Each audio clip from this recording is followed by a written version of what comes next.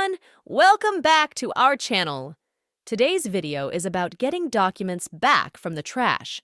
How to get back a Google document that was sent to the trash. Maybe you've done a spring clean of your drive and sent some old documents to the trash, but they're still technically there.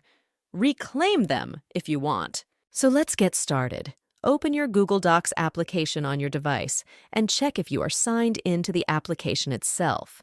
By opening the application on the home page, look for the 3 lines in the upper left corner of the screen and click on them.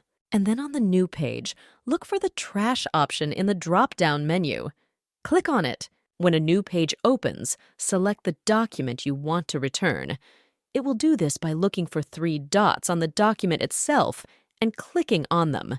A new page will open where you will look for the Restore option and click on it. And that's it.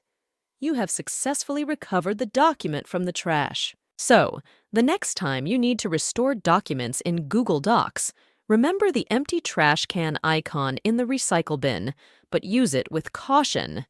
If you enjoyed the video, don't forget to like and subscribe for more Google Docs hacks to keep your drive clean and efficient.